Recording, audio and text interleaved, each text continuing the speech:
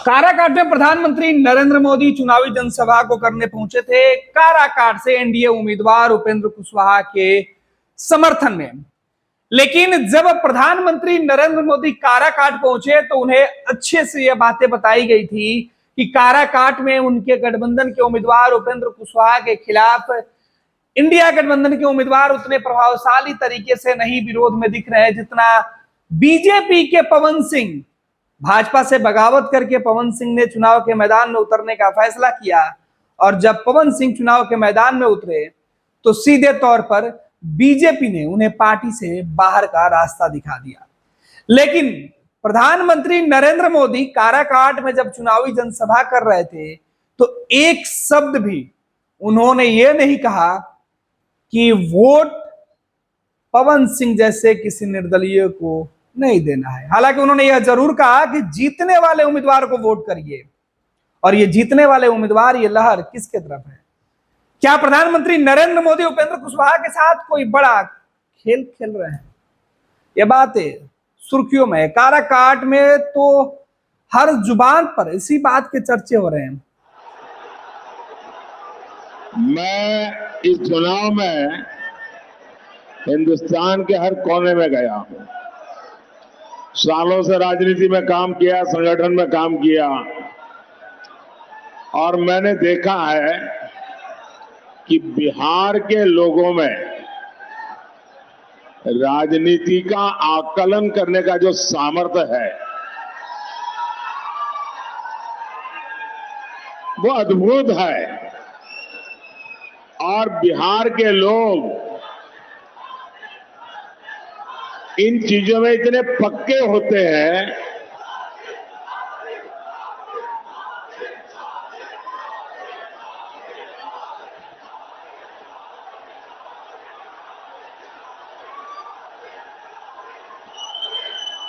बिहार के लोग इतने पक्के हिसाब किताब के लोग होते हैं कि वे कभी भी वो वोट डालने से पहले 50 बार सोचते हैं कि मेरा वोट बेकार तो नहीं जाएगा ना। ये समझ बहुत कम लोगों को होती है जो बिहार को है। और इसलिए बिहार के लोग जब वोट करने जाते हैं तो पहले पक्का देखते हैं, भाई वोट तो डालूंगा लेकिन मेरा वोट बेकार नहीं जाना चाहिए। वो सोचता है जिसकी सरकार बनना पक्का है वोट तो उसी को डालूंगा। है कि नहीं बिहार का ऐसा? बिहार निर्णायक होता है और इसलिए मुझे पक्का भरोसा है कि बिहार के लोग इस बार वोट डाल करके प्रधानमंत्री भी पक्का कर लेंगे। साथियों, 4 जून की शाम होते होते बिहार में एक और काम होगा। बताऊं क्या होगा? ये अखबार वाले लिखेंगे कि मोदी भविष्यवाणी कर रहा है। मैं भविष्यवाणी नहीं कर रहा हूं, लेकिन मैं आपको बताता हूं। 4 जून शाम होते होते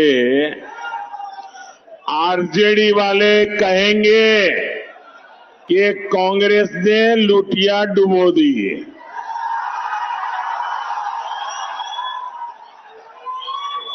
एक दूसरे के कपड़े फाड़ना शुरू करेंगे। 4 जून को दूसरा क्या होगा वो भी बता देता हूं। ये कांग्रेस का शाही परिवार क्या करेगा? कांग्रेस का शाही परिवार पराजय का ठिकरा खड़गे जी के सर पर फोड़ करके वो विदेश में छुट्टियां मनाने चला जाएगा।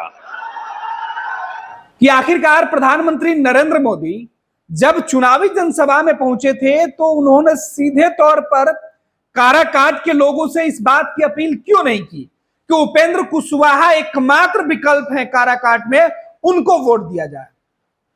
ये प्रधानमंत्री नरेंद्र मोदी ही नहीं बल्कि काराकाट लोकसभा सीट पर उपेंद्र कुशवाहा के पक्ष में उस मंच पर भाषण देने वाले तमाम नेताओं में से किसी ने नहीं कहा कि खुद को बीजेपी का हनुमान बनकर घूमने वाले पवन सिंह के दिखावे में नहीं आना है, उनकी जनसभाओं में जो भीड़ आ रही है उस पर नहीं आना है।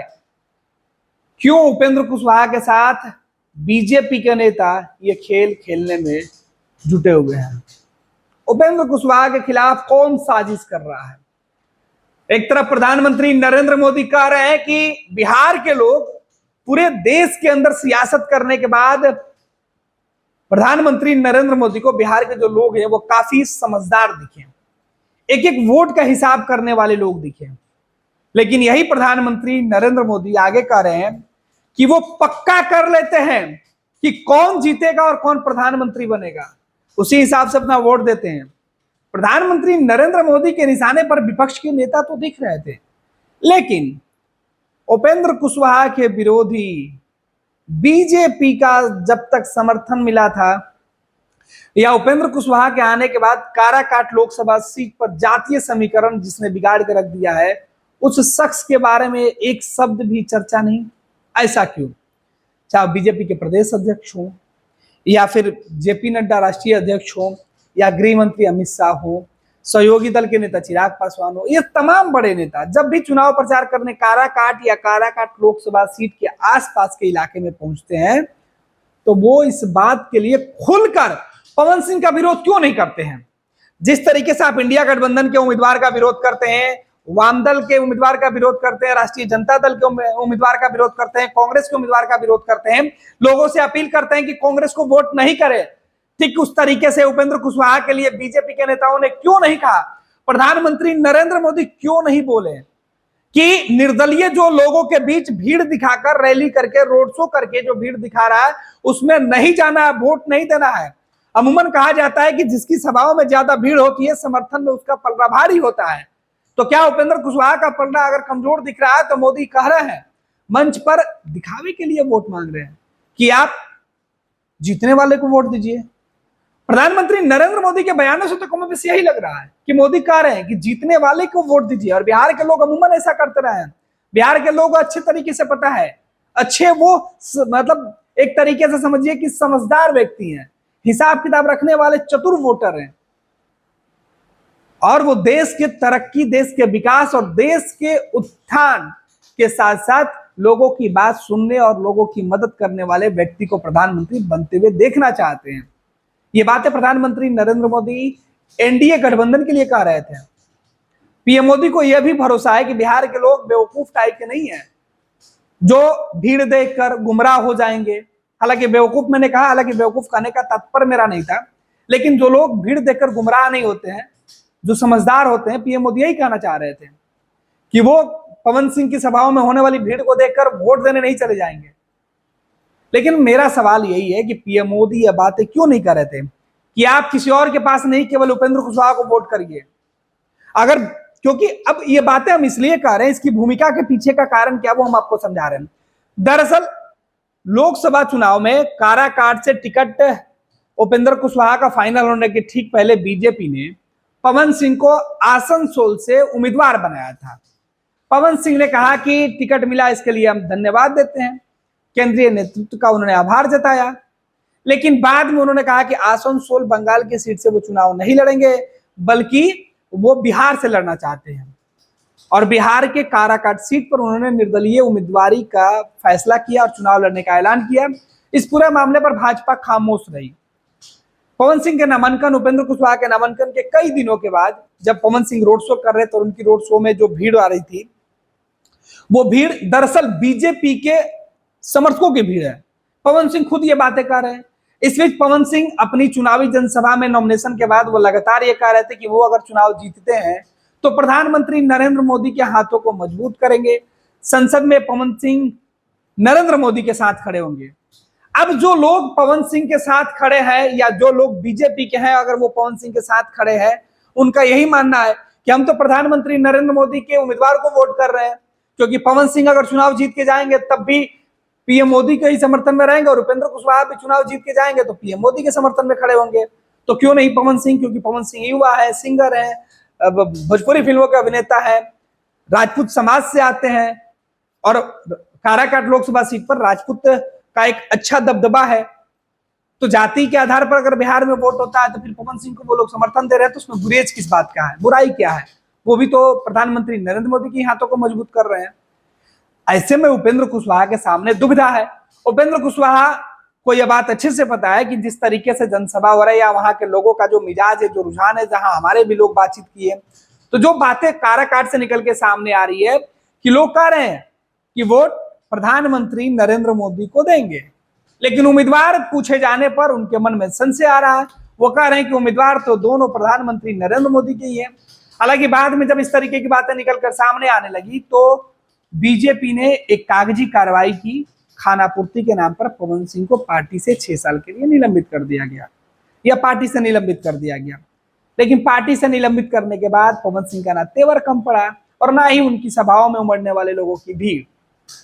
मुश्किल उपेंद्र कुशवाहा के लिए, उपेंद्र कुशवाहा के लिए मुश्किल इसलिए है क्योंकि जब प्रधानमंत्री नरेंद्र मोदी जाते हैं, बीजेपी के दूसरे बड़े नेता जाते हैं, तो वो खुलकर बोलते हैं कि विपक्ष को वोट नहीं करना है। लेकिन अब तक किसी भी चुनावी जनसभा में, किसी भी मंच से, किसी भी डोर टू डोर कैंपेन में, किसी भी रोड शो में बीजेपी या बीजेपी के सहयोगी किसी नेता ने यह नहीं कहा है कि आप केवल और केवल उपेंद्र कुशवाहा को वोट करिए। आखिर उपेंद्र कुशवाहा को केवल वोट करने की अपील करने में क्या दिक्कत है? आप प्रधानमंत्री नरेंद्र मोदी जी, आप सामूहिक तौर पे कह रहे हैं कि एनडीए उम्मीदवार के पक्ष में वोट करिए, उपेंद्र कुशवाहा को जिताइए, लेकिन आप ये नहीं कह रहे हैं कि केवल उपेंद्र कुशवाहा को वोट करिए। उपेंद्र कुशवाहा जीतेंगे तो वो बीजेपी यानी कि प्रधानमंत्री नरेंद्र मोदी के हाथों को मजबूत करेंगे। कोई दूसरा शख्स जाएगा तो वो प्रधानमंत्री नरेंद्र मोदी के हाथों को मजबूत नहीं करेगा। ये बातें क्यों नहीं कही जा रही है, ये बड़ा सवाल है। क्योंकि पवन सिंह यही बात कहते घूम रहे हैं कि वो प्रधानमंत्री नरेंद्र मोदी के हाथों को मजबूत करेंगे, और उनकी सभाओं में जो भीड़ है, जो लोग हैं, वो कहीं ना कहीं बीजेपी या पवन सिंह के स्वजातीय या नया जो युवा वर्ग है वो उनके साथ सभाओं में दिख रहा है, और यही उपेंद्र कुशवाहा को नुकसान पहुंचाएंगे। लेकिन बीजेपी के नेता इस बात को लेकर काफी उत्साहित हैं कि चलो सही, जो जीतेगा वो आएगा तो प्रधानमंत्री नरेंद्र मोदी के साथ।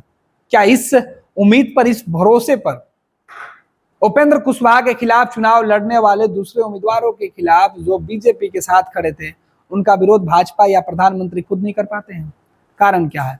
उपेंद्र कुशवाहा के सामने यह चुनौती उनके अपने क्यों दे रहे हैं? उपेंद्र कुशवाहा के खिलाफ यह साजिश क्यों रची जा रही है? उपेंद्र कुशवाहा के खिलाफ बीजेपी खुलकर पवन सिंह का विरोध क्यों नहीं कर रही है? यह सवाल है। क्या उपेंद्र कुशवाहा को उम्मीदवार बनाकर एनडीए ने केवल खानापूर्ति की है? क्या उपेंद्र कुशवाहा का केवल राजनीतिक इस्तेमाल किया जा रहा है? क्या उपेंद्र कुशवाहा को काराकाट लोकसभा सीट पर इसलिए उम्मीदवार बना दिया गया है क्योंकि उपेंद्र कुशवाहा की पार्टी में एक सीट चुनाव लड़ने के लिए दिया जाना था, लेकिन वहां पहले से बीजेपी चाहती थी चुनाव लड़ना? कारण क्या है? कई तरीके के सवाल काराकाट के लोग पूछ रहे हैं। ठीक है, आप अपने विरोधियों के लिए जिस तरीके से सीना चौड़ा करके बातें बोलते हैं कि कांग्रेस या राजद को वोट नहीं करना है, वामदल को वोट नहीं करना है, ठीक उसी प्रकार से निर्दलीय के लिए क्यों नहीं प्रधानमंत्री बोलते हैं? क्यों नहीं बीजेपी का कोई नेता दूसरा बोलता है? क्यों नहीं बीजेपी के सहयोगी नेता बोलते हैं? कोई भी उपेंद्र कुशवाहा को जितवाने की बात करता है, लेकिन उपेंद्र कुशवाहा को जहां सबसे ज्यादा जो नुकसान हो रहा है उस कड़ी पर बात नहीं किया जा रहा। और यही सवाल है, आखिर क्यों? क्या सच में उपेंद्र कुशवाहा के पीछे साजिश है? जो बातें सोशल मीडिया पर चल रही है, जो बातें अलग अलग जगहों पर, अलग अलग मोर्चे पर की जा रही है, जो सवाल पूछा जा रहा है, मेरा भी सवाल वही है।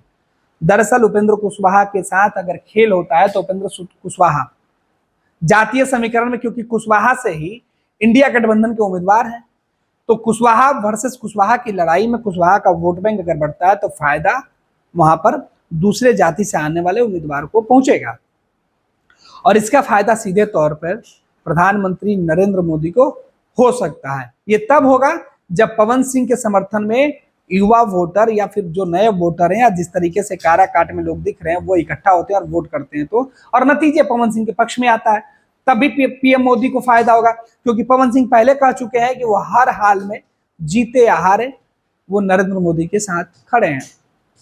उपेंद्र कुशवाहा भी यही बात कर रहे हैं कि वो जीते हारे प्रधानमंत्री नरेंद्र मोदी के साथ खड़े हैं।